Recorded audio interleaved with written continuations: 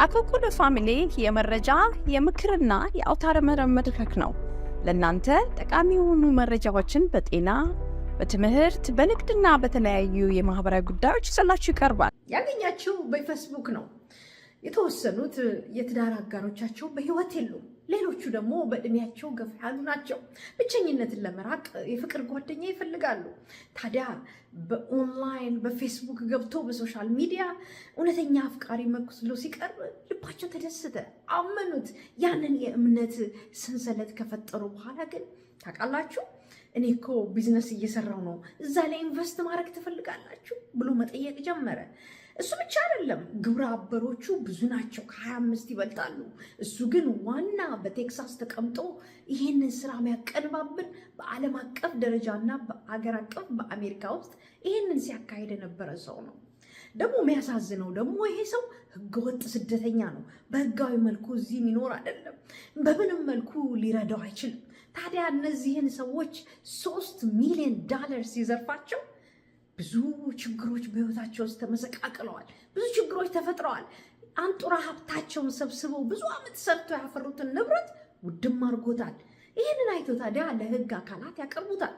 የህግ አካላት ደግሞ ለረዥም ጊዜ ዓመታት ሲከታተሉ ቆይተው ውጪ ናቸው ብለው ያመኗቸው ዘራፊዎች እዚሁ ቴክሳስ አፍንጫችን ስር ተቀምጠው አገኟቸው። ዘራፊዎች ናቸው። እውነተኛ አፍቃሪ መስሎ ይቀርባሉ፣ እምነትን ይገነባሉ። ከዛስ በኋላ ገንዘባችሁን ይዘርፋሉ። ይሄ መሆን የለበትም። በብዙ መልኩ ገንዘባቸውን ሲዘርፋቸው ነበር። የተጠቀመው 3 ዘዴ፣ የመጀመሪያው ካሽ ወይም ደግሞ ጥሬ ገንዘብ ወደ ባንክ ቀጥታ እንዲያስተላልፉ ማድረግ።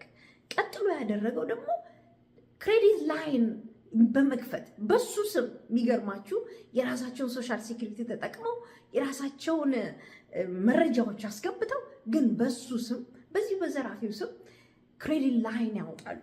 ክሬዲት ላይን ማለት ነፃ ገንዘብ ነው። ወይ ቤታቸውን አስይዘው ነው፣ ወይ ቢዝነሳቸውን አስይዘው ነው፣ የንግድ ተቋማቸውን አስይዘው ነው።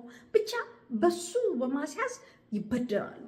ያንን ደግሞ የተበደሩትን እሱ ወደ ራሱ አካውንት ቀጥታ እንዲያስተላልፉ ይጠይቃቸዋል።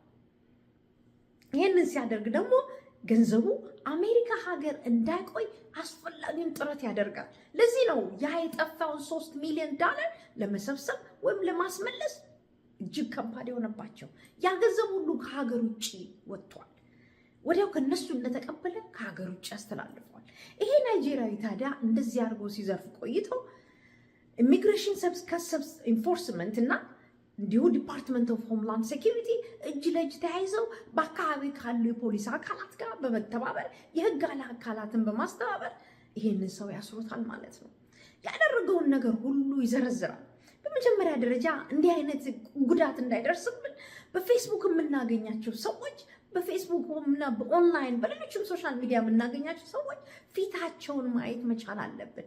ፊታቸው የምናያቸው ብቻ ሳይሆን ቅርርብ የሆነ ግንኙነት ከነሱ ጋር መፍጠር አለብን። እነዚህን አረጋውያንና የትዳር አጋር ያጡትን ሰዎች ይሄ ሰው ለመበዝበዝ የተመቸው በቪዲዮ አያቸውም ነበረ፣ በመልክ አያቸውም ነበረ። እነሱ በመጠየቁ ጊዜ ግን ምክንያት እየፈጠረ ይሄንን ነገር ያጥፋል። በፍቅር ስለተያዙ ስላመኑት ደግሞ ያው መሰረታዊ ነገር ነው ብለው አልወሰዱትም። ግን በሚጠይቀው ጥያቄ ሁሉ ግን ይተባበሩ ነበር። ታዲያ ይሄንን ካደረግን እኛ መጠንቀቅ ያለብን ምንድን ነው? የፍቅር ጓደኛ ብለን የመሰረት ነው በኦንላይን ይሁን በፌስቡክ ይሁን በኢንስታግራም ወይ በቲክታክ ያገኘነው ሰው ገንዘብ አምጡ ሲለን ገንዘብ መላክ የለብን። በሶስተኛ ደረጃ የሚሰጠንን መመሪያዎች በሙሉ በጥያቄ ምልክት ነው ማስቀመጥ ያለብን። ሶሻል ሴኩሪቲያችሁን ስጡኝ፣ አድራሻችሁን ስጡኝ፣ የምትጠቀሙበትን ነገር ሁሉ መረጃ ስጡኝ ሲል መስጠት የለብንም። ምንም ያህል ፍቅር ቢዘንም ምንም ያህል ብናምነው እምነት በመሃላችን ቢገነባ ለዝርፊያ የሚደርገን እነዚህ አይነት ጥቃቅንና ኃይለኛ የሆኑ ወይም ደግሞ ከባድ የሆኑ ስለራሳችን መረጃዎች መስጠት የለብን። እነዚህ ወገኖች የተበዘበዙት የተዘረፉት በዚህ ምክንያት ነው።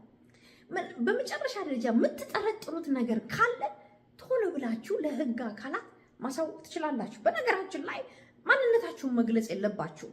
እነዚህ ሰዎች የተዘረፉ ሰዎች ሲገልጹ ማንነታቸውን ሳይገልጹ ነው። እናንተ መግለጽ የለባችሁም፣ ግን የሚደርሰውን ነገር ሙሉ መረጃ ልትሰጧቸው ይገባል። በዚህ አይነት መልኩ ራሳችሁንና በአካባቢያችሁ ያሉትን ሰዎች ከዝርፊያ አድኑ።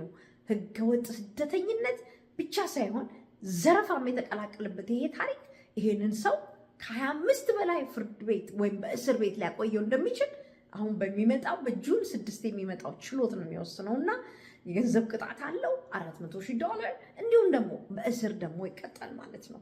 መልካም ጊዜ። ዌብሳይታችንን akulkulufamily.com ይጎብኙ። በሶሻል ሚዲያም ከተሉን።